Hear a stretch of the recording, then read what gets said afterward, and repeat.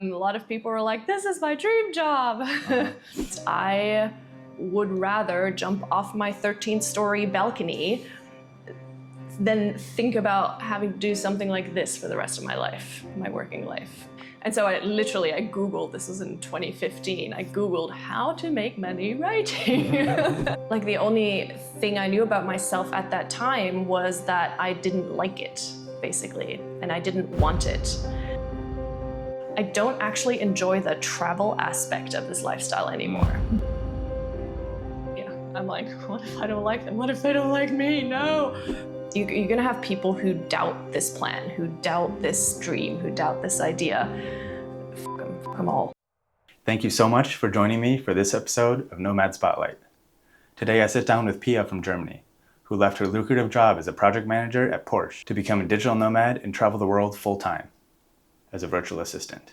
Pia is also extra special because she's also one of Wi-Fi Tribe's most veteran members, having completed over 20 chapters, the third most in the tribe at the time of this recording.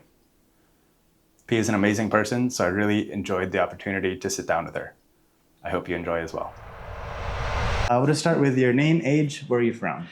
I am Pia from Germany, and I am now 40 years old.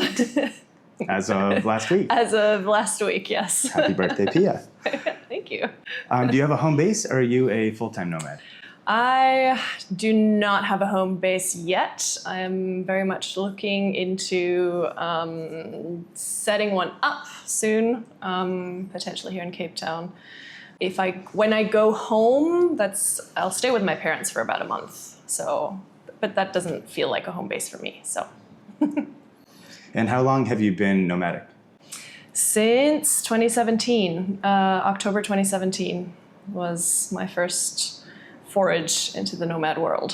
Wow, so about 8 years. Yeah, yep. How do you make money to sustain this lifestyle? I freelance. I started out as a virtual assistant, content writer, copywriter, and moved into translating as well. And now I'm moving into like the AI optimization, AI workflow optimization space, I guess. It's very new, so we'll see. Very cool. So when you say translating, what does that look like? Is that they send you video clips and you translate what, from German to English? No, they send me text. It's usually from German to English. I've done the other way around as well, but it's usually that. And honestly, nowadays with AI, that part has gotten less and less and less. So that, at least for the translations I was doing for, they were a lot of like technical magazines and insurance magazines. Nothing flashy, nothing super fun, but I think they're using AI more now. Sure. So, yeah. Is that also the case with the virtual assistant stuff as well? No, so that actually I find goes really well together, because you can go in, you get a new client, for example, you can go in, figure out their workflows and their processes, and then you can start automating them, right? And by AI, with stuff like that, it's more how do I automate their workflows and stuff for them. So that's kind of what I'm moving into. Got it, okay. Because how do you say, like the classic VA tasks, yes, they are being taken over by AI. There's more and more software that basically does what I did, 2 years ago. Yeah, there's software for that nowadays. Sure. Yeah. So do you just have clients that you do that for, or what does that look like from like a business perspective? Yeah, basically I have 2 regular full-time clients. Well, not full-time, but like they've been my clients for, since 2017, basically. Oh, wow. Yeah. And then here and there, I have clients who will, once a month they'll shoot me something, or twice a year they'll have something for me to do. And then new clients come in every now and again as well. Yeah. And how long have you been doing this? Did you start in 2017 before you started traveling? No, I started in 2016 when I quit my day job. Which was I was a project manager at a very big, prestigious company in Germany. A lot of people were like, this is my dream job. because it was in engineering basically for the powertrain and engine development of very fast cars.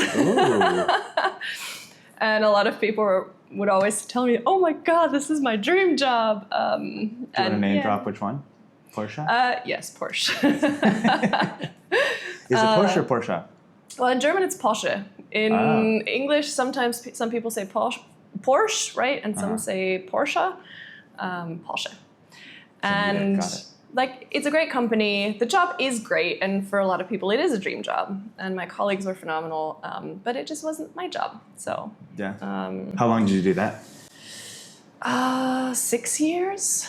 Yeah, did that for about 6 years, and then I just realized there was a point where I realized I would rather jump off my 13th-story balcony than think about having to do something like this for the rest of my life, my working life. Sure. So I think that's a common story among a lot of nomads, especially the like high achieving that follow the normal route, go to college, exactly, get a job, get a high prestigious job, and everyone's like, this is what you should be doing. Wow, that's amazing. And you just don't feel it. You just don't feel it. And you feel like you've been pushed into it because maybe as a young person, me out of high school, I had no idea what the heck I really wanted to do. And there's a joke in Germany, I think it's kind of a German thing, is when you when you graduate high school and you don't know what to do, you either become a teacher or you study economics. And for me, it was clear from like grade 8 when we were horrible to our teachers that I would never ever become a teacher. And so my one option that was left was studying economics when I got out of high school, because I did not know what I wanted to do. Sure. Was moving into this virtual assistant, like work online space, was that out of wanting to travel and disliking your job? Or? It was a mix of both, although the travel bit at the time, I've always loved to travel, and in the back of my mind, I did have the idea of, hey, if this works out, then hopefully I can travel more.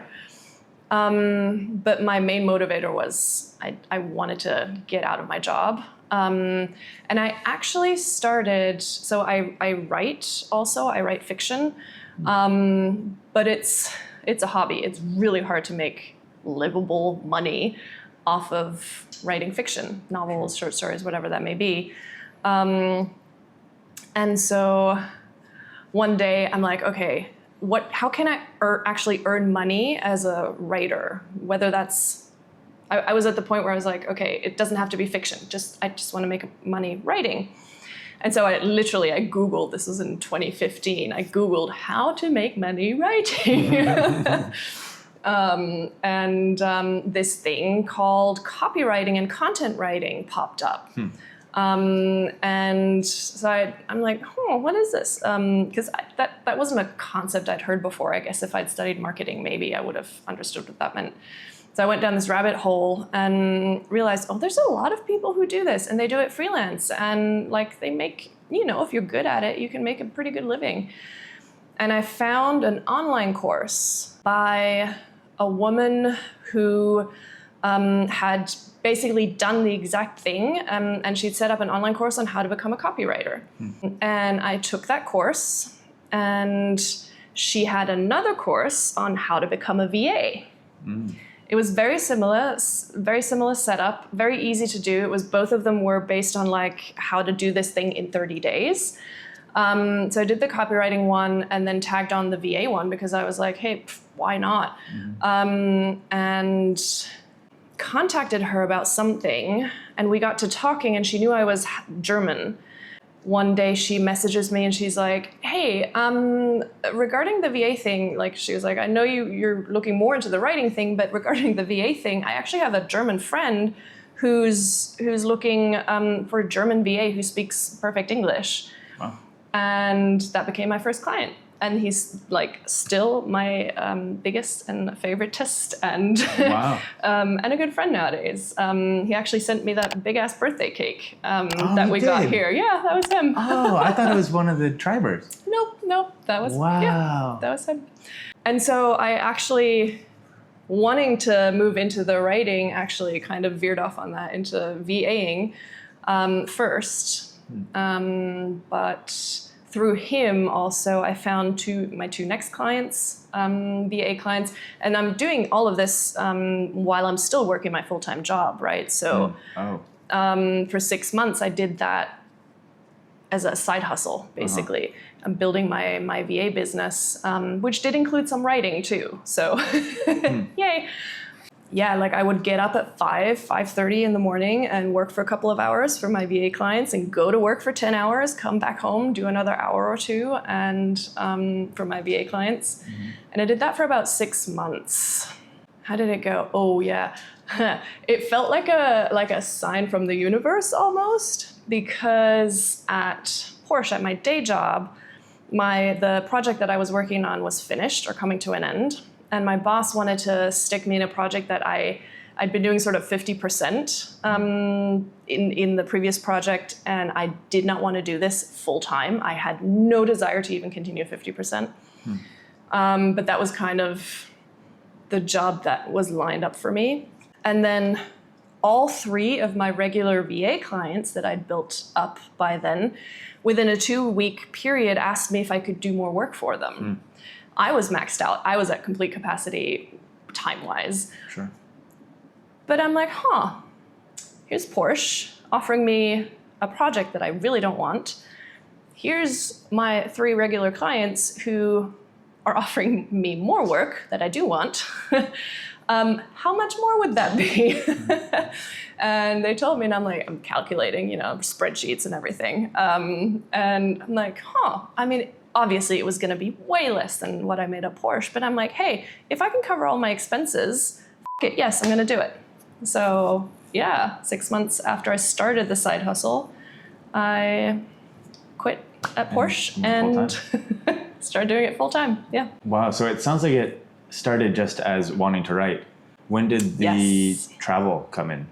So the travel came in pretty soon after I went full-time freelance. The idea began to percolate more, right?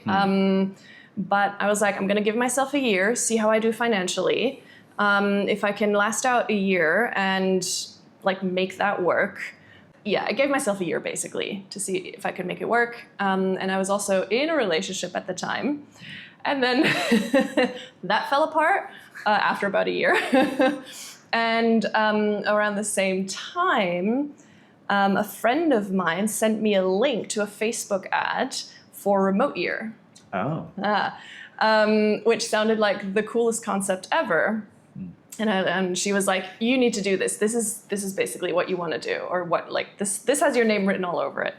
And I looked into it, and Remote Year wasn't quite the right thing for me at the time. So again, Uncle Google, alternatives to Remote Year, and Wi-Fi Tribe popped up. Their concept fit so much better with what I was looking for, and so I signed up and I got in, and did sign up for my first chapter 2-3 months later, and that was October 2017. Wow. That was my first chapter and first sort of foray with my laptop as a digital nomad. So you never ended up doing anything with Remote Year? Nope, never been. What did you see them as that you didn't feel like was the right fit? So at the time, Remote Year, you had to sign up or commit to an entire year with them, right? With the same people, that to me as a newbie, I'm like, what if I don't like them? What if they don't like me? No. And then also they were going to a lot of places that I'd already been before. And at the time, I think they wanted to see that you make $2K a month, or it costs $2K a month. I don't remember. I have $2K in my head for some reason. And I was not sure still if I could swing that for an entire year. Freelancing, it had been a bit up and down money-wise, and I knew if I go to sort of Southeast Asian countries and I give up my apartment, I can totally do it. But that was still a bit out of my budget, basically. Yeah, and Wi-Fi Tribe's concept just fits a lot better into that. Sure. Especially at the time, they were quite a bit cheaper still, as well. I don't know if you want to put that in there, but No, absolutely, no, that was great. So as far as the whole being a VA or what you do now with AI, can someone watching this do this as well? What path would you recommend they take, if so? Oh, yes, absolutely. I think VAing is actually a great starting point for anyone who wants to start freelancing and doesn't fully know what they want to do yet, or doesn't trust their skills or their knowledge. Because honestly, anyone can be a VA if you have a little bit of organizational talent. Because the beautiful thing about it is, at some point you're going to niche down, right? You're going to say, oh, I love bookkeeping, or in my case, it was all the writing stuff. I'm like, give me to my clients. I'm like, give me anything that has to do with writing. I will do it. Whether that's writing blog articles or social media posts or anything with that. So that's where I kind of switched into the writing thing, which I had meant to do anyway. And VAing in and of itself just means that you are doing and helping your clients with their back-end tasks that don't directly earn them any money, but that have to get done in any business, right? Sure. And that can be anything. That can be so many different things. And another cool thing about it is you learn on the job. You're getting paid as you learn all of this too. Yeah, you may start out not earning all that much money yet because it's a very broad field and you don't know what exactly can I offer, what are my skills, what am I an expert in, but you can build all of that up. And you can, kind of decide the trajectory you want to go in, the path you want to go on. Interesting. So you can almost market yourself as, basically, I'm willing to do anything. What help do you need? And then when people offer you different positions or tasks, from there you can say, oh, I like doing these things, and then kind of niche down from there. Yeah, I mean, that's one side to it, but there's the other side is that we often don't realize how much we actually know and do every single day that could benefit someone else. Whether that's you really enjoy, you really enjoy posting on social media. Why not offer that as a service? Every single business nowadays, especially if it's a visual thing, needs social media marketing. Like, there's no way around it. And especially small businesses, you often don't have time, or you don't have the budget, and you can't hire a marketing agency because it's way too expensive. And if you can just get someone in for 10 hours a week, let's say, who can do all of that and who knows how to do it and has fun with it, great. Yeah. So just that as an example for me, again, the writing thing. Some people love spreadsheets, right? So there's a lot of research and data and bookkeeping and stuff like that you could go into if that's the sort of thing you love. If you dig deep on the skills and the knowledge you already have, there's actually quite a lot there already, even if you don't quite trust yourself yet. But yeah, that's great advice. Yeah. Mm-hmm. How do you, I know it's getting very popular as a global thing, obviously using the internet, and you find a lot of people with small businesses, they want to leverage different currencies. Do you see that as an issue, or is that... How do you mean? I guess, how do I phrase this? Like, how do you stay competitive if someone in the Philippines, I know it's very popular because there's a lot of people willing to work online in the Philippines, for example. Yeah. How do you think about staying competitive if you're living in Germany, for example, or the US, somewhere that's more expensive? Yeah. Is that an issue, or how do you think about that? So for me, it's actually never been an issue. I think the quality of the work that I offer is, for my German clients at least, or English-speaking clients, is always going to be better than what Yeah, for the most part, than what someone from the Philippines via Fiverr or Upwork or whatever it is could offer. Because I also, for my clients, it's not just get this thing done. It's like, get this thing done, and how does it fit into the next task for this client, for example. Like it goes way beyond just the simple doing of specific tasks. There's a lot more connections and organization and stuff that kind of makes it a whole thing. Like I have that to offer, and I'm still cheaper than if my clients were doing it themselves, Sure. Right? If you think, oh, okay, a client, and this is thinking very conservatively, my client in his actual direct work that earns him money, or her, makes, let's say, 100 euros an hour, pays me 40 euros an hour to do work that doesn't actually earn him any money.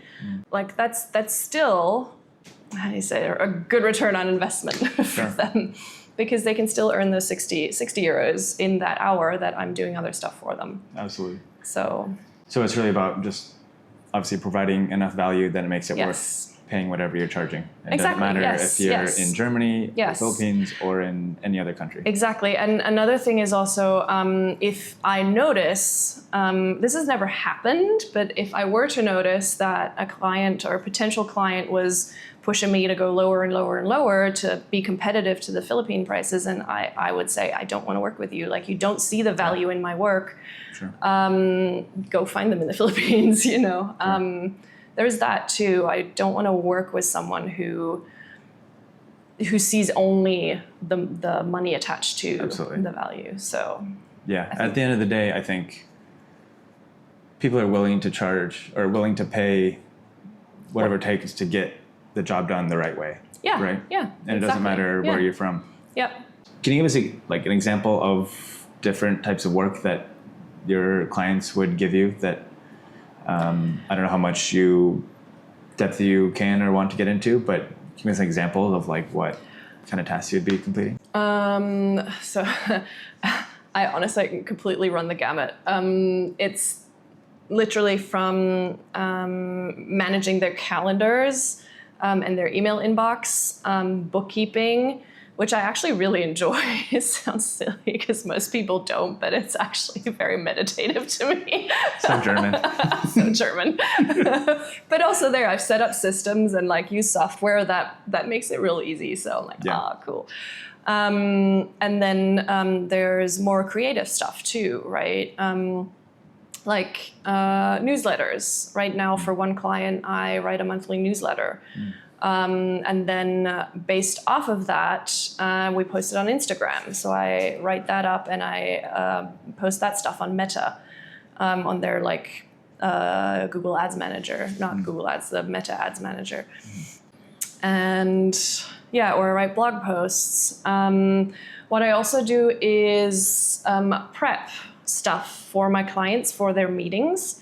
I have one client who has regular sort of strategy consulting meetings, and there's some sort of what's like preparation work that has to be done for those. And then there's after the meeting, there's some, what's the word in English? Nachbereitung.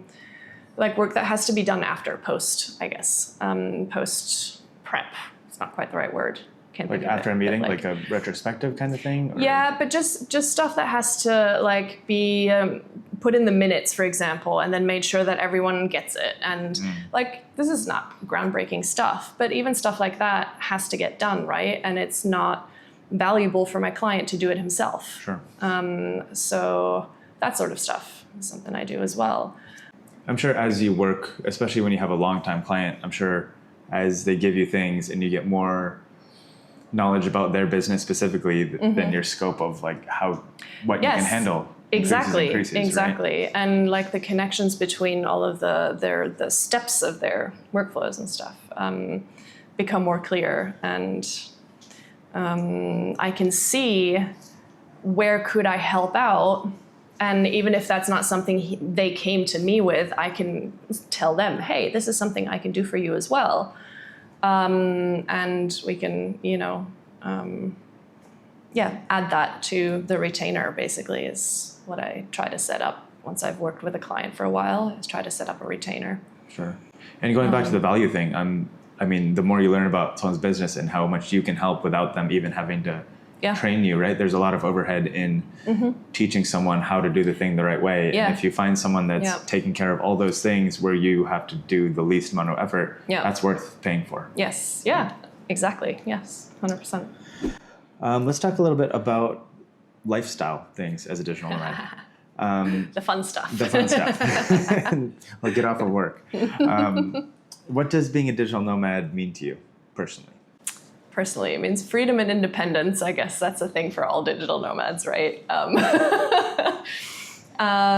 It means building my life in a way that matches me, rather than having it dictated by other people.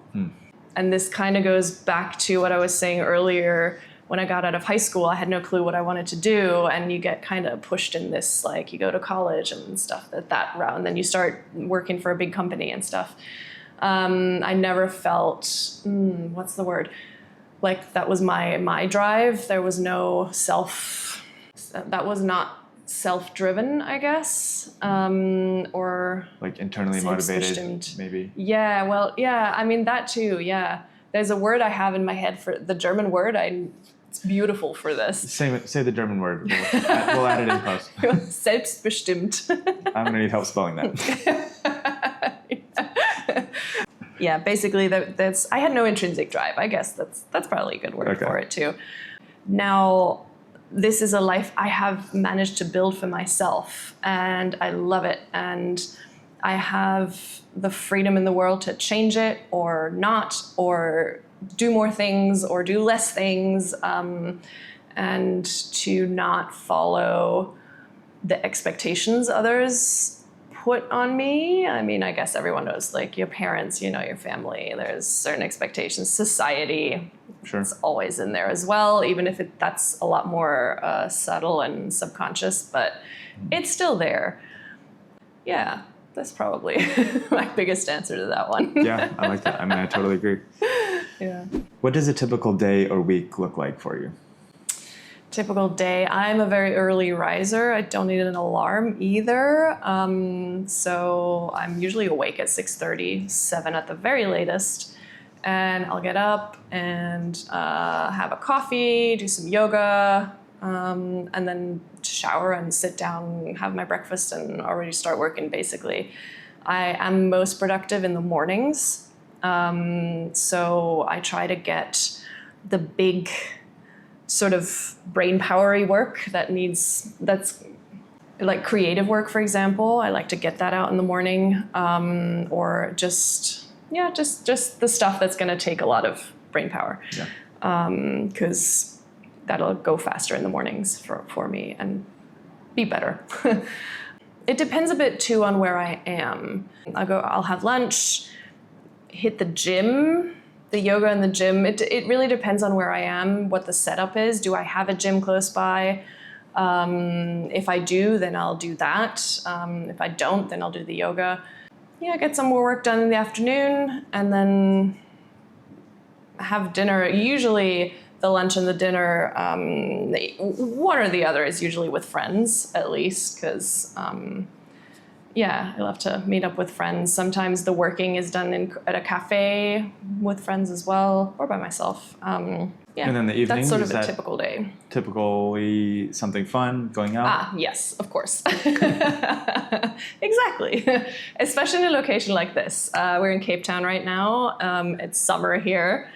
Not where any of us are from, but here it's summer and it's lovely. There's so much to do and so many friends in town. And yeah, there's dinners, there's hikes, there's playing paddle, rock climbing, and that's all just within like the city limits, basically. Sure. So it sounds like you typically like to travel with a group or with other people. Yes. I very rarely solo travel. It's fun when I do it, but I am a hardcore introvert and I can hermit very easily. So even if I go to a new location, I'll do the typical adventures, but for the rest of the time, I can sit at home and hermit for 2 weeks straight. And then I start becoming weird and I'm like, oh, I need to get out. And it's just more fun with friends. It's more fun with other people. And because I'm such an introvert, like it's nice to have others suggest things and say, we're doing this on this day at this time, come join us, or be there or be square, basically. And I'll be like, I don't want to be square, so I'm going to be there. Like it just pushes me out of my comfort zone a bit more too, to be traveling with other people. Absolutely. Yeah. How many hours do you work a week on average? Ooh, on average. I want to say on average, probably around 35 to 38. Now that can look like sometimes it's 25, sometimes it's 50. It really kind of depends. And the one thing I've learned about freelancing is that you either have a week where you feel like, I've got this figured out. I can totally manage my schedule. I have like 3 to 4 hours of work a day. And then all your clients come in and want something at the same time. Like that's the ebb and flow of freelancing, at least for me. And Sure. All of a sudden, they need everything by next week Friday. And then you have a week of 50 to 60 hours. It does happen sometimes, yeah. Yeah, that's probably something that you have to juggle as opposed to like a W-2 for one company. Yeah. Yeah. Sorry, if you're not from the States, like working full-time for one company where they know you have this much time. They're paying you for 40 hours a week, so they know you have this much time. Yes. Whereas if you're freelancing, depending on how many clients you're juggling, if all of them ask for something that takes 5 hours, exactly. it can be a lot of time. Client 1 doesn't care about client 2's needs, right? Sure. Like they don't. There are always like I can with most of my clients I can say, hey, sorry, that's not going to happen. I can get it to you by Tuesday, and usually they're fine with it.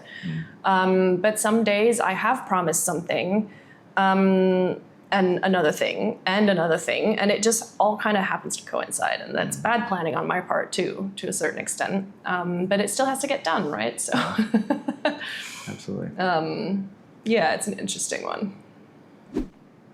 What do you love most about being a digital nomad? Probably that I feel more like myself in this lifestyle than I ever did with anything before. You've mentioned that a couple of times. What is that? Yeah. Can you explain what you mean when you say more yourself? Yeah. I guess the part of aging, right? You get to know yourself better and better. But also because I'm making this stuff happen for myself, I'm paving my own way. I'm learning more and more about myself, which at what I feel is an accelerated rate, actually, than what I did before. I think everyone is always learning about themselves to a certain extent. But before, because I felt like this wasn't mine, this was not my life, if that makes sense. I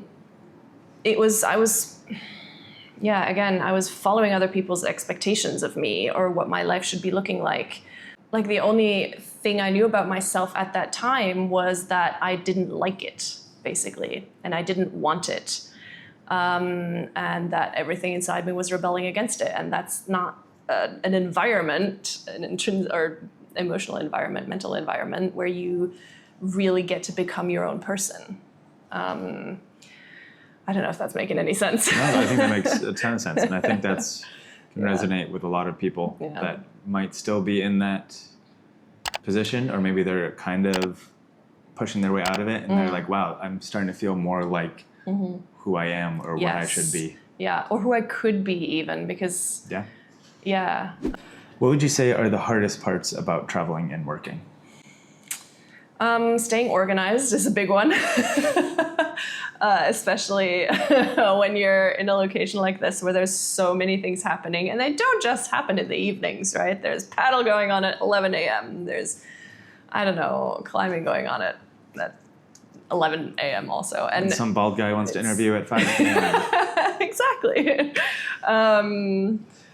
And yeah, there's friends here. Oh, I'm going to co-work from there. But then you have to get there, and you maybe haven't factored in, the 20 minutes that it takes to Uber to this place. And that would have been a whole task you would have completed. And it gets very, very granular, but the staying organized bit and staying on top of your work,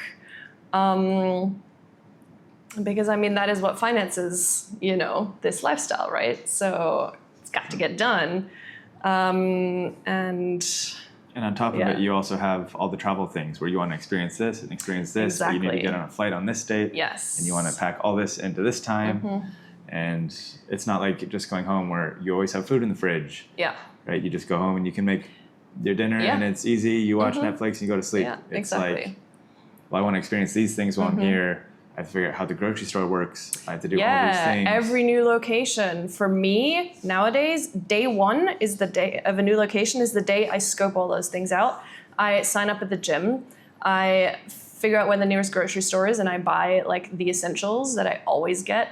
And figure out the best like Uber Eats food places and all of that, just so that on day one, I've got that out of the way.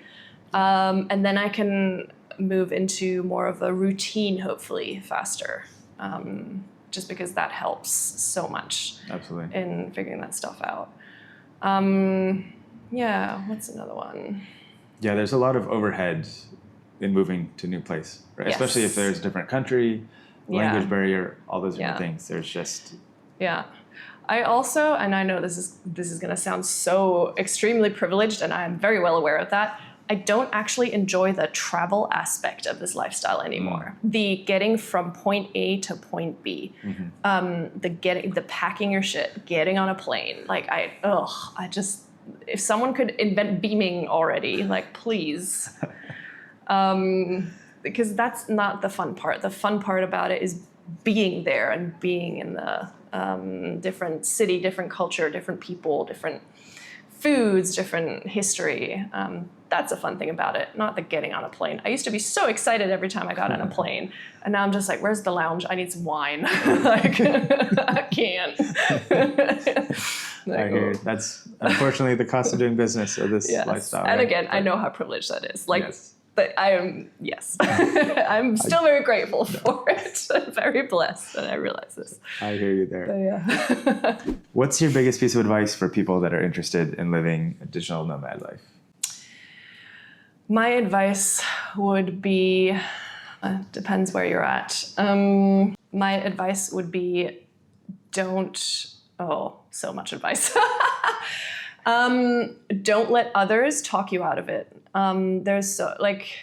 When I started this, I had quit my very stable, very high-paid job at Porsche, and my family was like, what the frick are you doing? And now you're going to go gallivanting around the world too? How are you going to work? Where are you going to work? And they still, to this day, don't understand what I actually do and how I earn my money.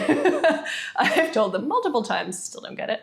But you're going to have... you're going to have people who doubt this plan, who doubt this dream, who doubt this idea.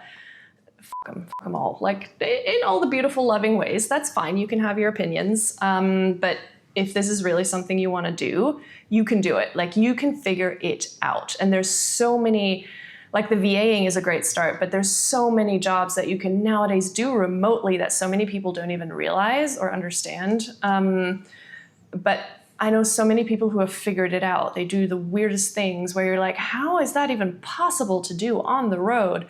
What am I thinking of? Personal trainers, for example, and a personal trainer.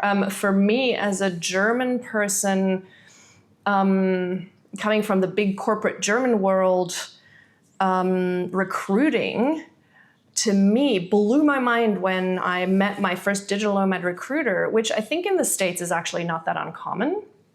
Not even just remote working recruiters, right? Because of course you can do that from anywhere, but in Germany it is so like you have to meet these people face to face, and like that's such a big part of the recruiting process that to me, the first recruiter I met is I'm like, what do you do? it would not compute in my brain. So there's so many ways to make probably even the job that you have right now remote. It might not look exactly the same as what it is right now, but there's always ways. There's always a way. Maybe you have to quit and go freelance. Maybe the other thing is also don't be scared to talk to your current, boss about this, or your current company about it, and say, hey, this is what I would like to do. How can we facilitate this? Is this something that would be possible? And maybe you start out with 1 or 2 months a year. I know a lot of digital nomads who started out that way, who, said, hey, let's do it for 1 or 2 months a year, see if it works. And if it does, we can up it to 3 or 4 months a year. And if they like their job, if you like your job, then that's always an option. At least ask. Yeah, it's surprising what is possible if you just get out of your own way, right? Yes, and think beyond the structures that are so trimmed into our heads. Yeah. Mm-hmm. Absolutely. Yeah. Any other advice? I know you said you had a lot. Anything else you want to share? Or, I think that's great. But what have I said? Don't heed the naysayers, and there's more than you think you can figure out. I think that kind of encompasses a lot of it. Absolutely. Oh, and maybe also don't be afraid to start the traveling by yourself. There's groups like Wi-Fi Tribe or Remote Year. Well, not Remote Year anymore, but there's groups like Wi-Fi Tribe or Hacker Paradise, for example, that you could join to get you started. But I think there's also, for some people, still a lot of fear about traveling because maybe you haven't traveled all that much yet involved. But I feel like can be a hurdle, but that's definitely a surmountable one. There's so much info nowadays out there on even every single location that people travel to. If that's the fear, don't let that fear stop you. I totally agree. I think there's a lot of benefit. I mean, that's how I started traveling, was 100% solo for a year or so. Yeah. And you build up these connections around the world. Yes. And then suddenly, if you don't want to be solo anymore, you have people all over. Exactly. There's groups you can join. But I think there is a lot of value in going solo, learning about yourself, and seeing it as a challenge. I totally agree with that. Yeah, exactly. How much does it cost you monthly to live this lifestyle? That very much depends on the location and how far I'm traveling to get to that location. Southeast Asia, generally, super cheap country, even for accommodation. Now here, Cape Town, where we're right now, generally very cheap, but accommodation is quite expensive. The same goes for Japan, where I was last year. And then getting to those places. The cool thing is, obviously, that I can pick and choose the days that I want to travel on, so I can choose the cheapest options for flights a lot of the times. Not always, but a lot of the times. I mean, if you go by accommodation and flights, honestly, I don't know. It's also like when I go home, I'm not paying rent. I stay with friends quite a bit as well, and I'm not paying rent. It really varies. And I have months where I will consciously choose to stay in cheaper places just to build my budget back up, basically. And I know, hey, I have 2 months here that I don't have any super specific plans for. Let me go home for 1 month, and then let me go to a cheap place for 1 month.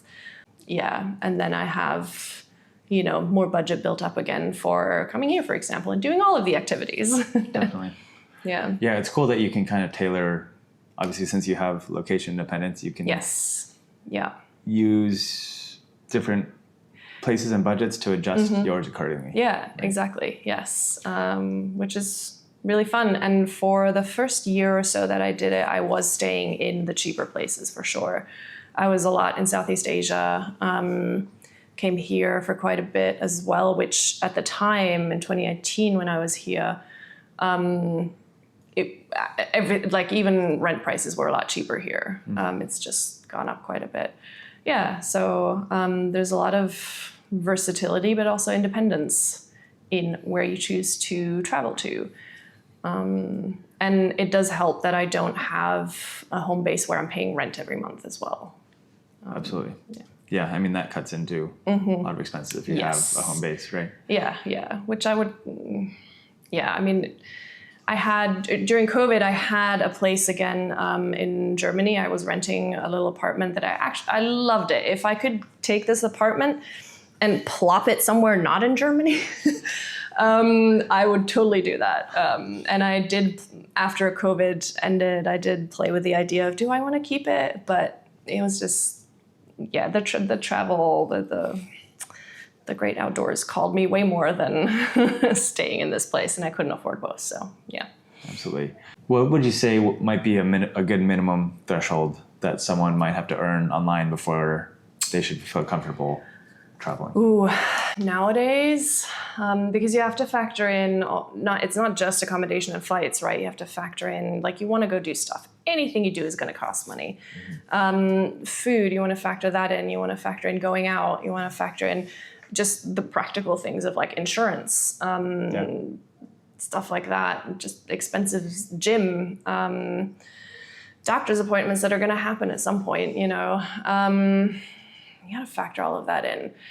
And then it depends on how minimalist can you live? Are you okay with a room, a dorm room? Are you okay, like kind of backpacking almost? Are you okay with a private room at a hostel? Can you share with friends, for example? Also, there's a lot of factors that go into this. Do you really definitely need your own like Airbnb or apartment to be happy? There's, people who you like it a bit bougier maybe, So it really depends. I want to say, starting out, if you're okay with slumming it a little, as I was in the beginning, I think, taxes is another one. Don't forget the frickin' taxes. So if we're talking about before taxes that I feel like you should be earning, I would say in dollars, and it's about the same as euros at the moment. To live comfortably and not be turning over every penny 3 times, I would say you need at least 3,000 to 3,500. And then that means like you get your accommodation in a place and you get your flights there, and then you stay there for that amount of time. And you're not doing a whole bunch of big expensive side trips, for example. I think that's probably, 3,000 to 3,500 sounds right. Yeah, I think I'd agree with that, Yeah. especially in a lot of locations. But I think that's a good reminder where there are a lot of things that, like, there's overhead where getting to a place is a lot more expensive usually. Yeah. But if you stay somewhere cheaper, it kind of averages out. Yeah, and if you stay there for longer too, that was something that has definitely helped my budget in the past and now as well, is staying in one place for longer, actually, rather than every 2 to 3 to 4 weeks hopping around. And it's financially, but also mentally and physically, because you are always, with every single new place, you're readjusting, right, to that new place. And it takes a toll, it does. Yeah. Again, very privileged, but it does take a toll, and you do it for this many years, and it's like, you know what, I can slow down. And it helps financially too. Yeah, absolutely. I think that was a great reminder that you said as well, things that people don't think about, like the insurance is a big one. Yeah, or I mean, as a German, I always think of the insurance. Or even things just like things going wrong too, right? Just like your own like personal insurance, if you want to call it that. Just having some emergency fund where that is COVID a big hits one. And you need to get out of town now. Yeah. Or your laptop gets stolen. Yeah. Your $1,500 MacBook is gone, and it's not insured and you have to buy a new one, and then you're in a place where, well, there's no Apple here, you can't buy Apple here, or it's double the price. It's cheaper to actually fly to the neighboring country and get it there, or even fly home and get it there. Like there's, yeah. Yeah, I mean, things always go wrong traveling, and yeah, things can go wrong. And like, it's definitely good to have a bit of a fallback, nest egg type, savings, emergency savings, just in case. Absolutely. The number of people I've met in hostels that are traveling down to their last dollar is oh my God. I mean, that is getting my anxiety going right now. Like, not that I don't have huge savings, but I know I have enough that should I need to go home in an emergency, if something happens at home, or if my laptop was stolen, like I could cover those expenses. And I pay a shit ton of money for insurance, so like health insurance, so good there too. Right. But yeah, you just never know. So, if you don't mind sharing, how much do you make per month?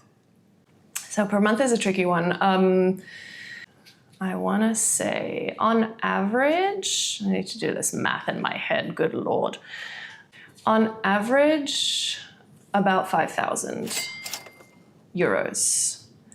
Doing the math. Yeah, that sounds about right. And it's like I think I said earlier, some months it's more, some months it's less. So it's a bit tricky. But on average, it's around 5K per month. And I know I could go higher if I worked more. But there's this pesky work-life balance thing that I'm trying to achieve. So no, for now it's efficient. Yeah.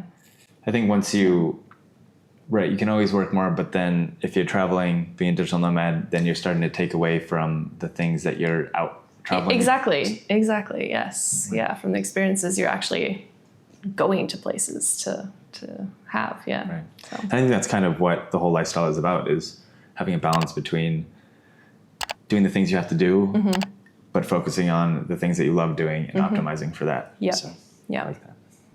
As far as travel and experiences, what are some of your favorite travel experiences or places you've been or things that you've done as a digital nomad? I mean, this is my second time back in Cape Town, so I've been here 3 times. Love the city. I feel like that's very cliche though. Somewhere I really loved last year that I went to, also for the second time, but I was there for almost 3 months, was Japan.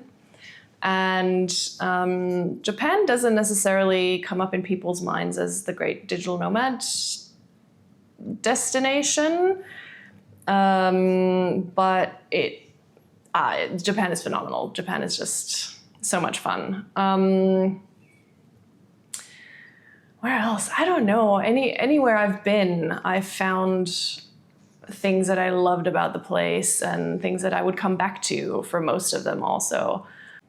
Experiences. Are there any experiences or maybe memories that stick out in your mind of so many, and a lot of them are attributed to Wi-Fi Tribe, which is the big sort of digital nomad community that I travel with quite a bit and have been since 2017. Because we do so many cool things together. Like we went down the garden route together here in South Africa over a long weekend. Then I've gone ATVing in the Andes. Onsen baths with the entire chapter in Japan, where everyone gets naked. I don't know if you want to cut that out, but that's staying in there for sure. Like nothing, no orgy. It's just onsen in Japan. Like that's the thing that you do there, and you do it with the whole entire chapter, and it's wonderful. Well, gender specific, but anyway.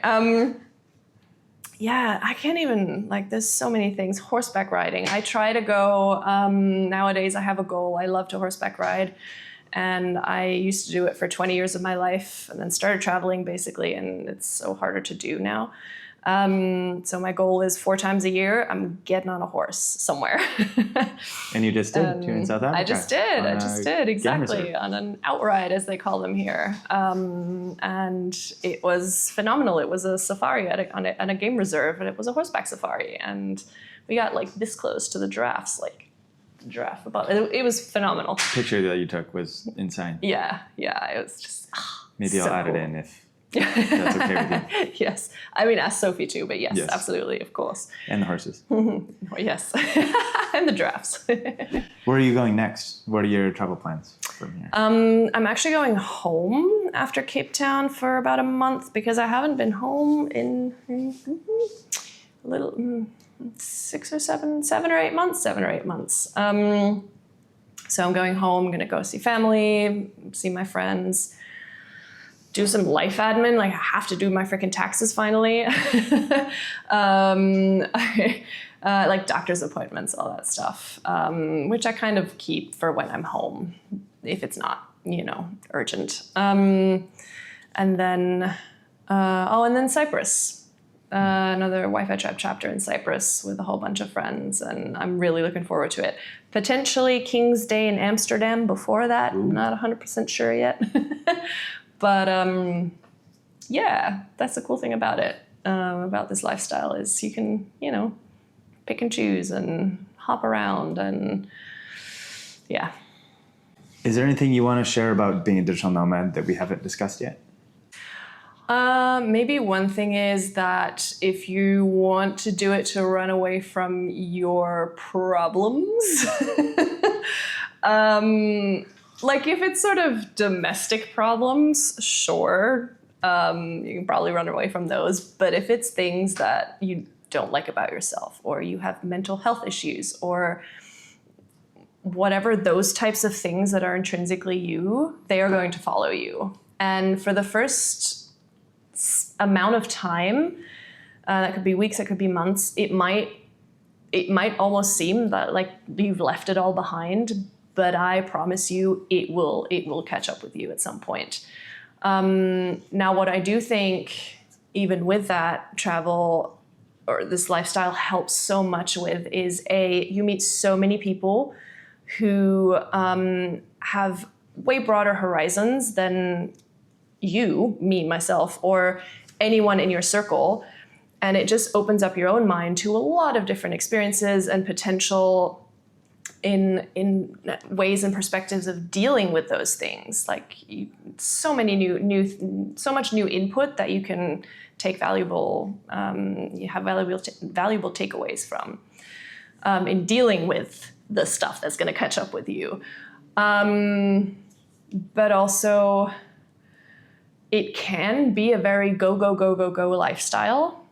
But again, it's going to catch up. Stuff's going to catch up with you, and then you need to sit down and still deal with it, like if you had stayed at home. And I think for the most part, you will probably be better equipped to deal with them if you don't hate your life. That's very harsh, or very like hard take on it, but yeah. And you grow so much more and faster and bigger and better than if you had stayed home. If that's what you want. Like, obviously, you can still do all of those things when you're home, and a lot of people do, but they grow in different ways. I love that. Yeah. I think that's great. I think, I love how you touched on both sides of that, right? Because I think it puts you in positions that force you to grow, become a better person in ways that you maybe didn't even think possible. But then on the flip side of that, if you're doing it to run from something, they will follow you. It will at some point. It's going to follow, and at some point it will catch up with you. Like you don't have a complete personality shift or mental shift. But at the same time, I feel like it is a good way to maybe facilitate that if that's what you're looking for, right? Get away from the friends that all think a certain way or do the same thing. Yeah. Find new people. Experience different experiences. Yeah. Yeah. I like the quote, wherever you are or wherever you go, there you are. Yeah. Like you're going somewhere, your problems. You're still there. there. It's all still you. You're not a different person all of a sudden. Yeah. Mm-hmm. Where can people find you or support what you're doing? Anything you want to share, say, or promote? I mean, I'm on Instagram. Newman.pia is my handle. That's basically the only platform I'm on right now that I'm active on. But yeah, follow. Please do. Amazing. Well, this was very lovely. Yeah. Thank you for speaking with us today, Pia. Yeah, my pleasure. This was fun. I'm glad. I'm glad to hear it. It was fun for me too. I actually learned a lot that we haven't even talked about this month. I know. So that was great. Yeah.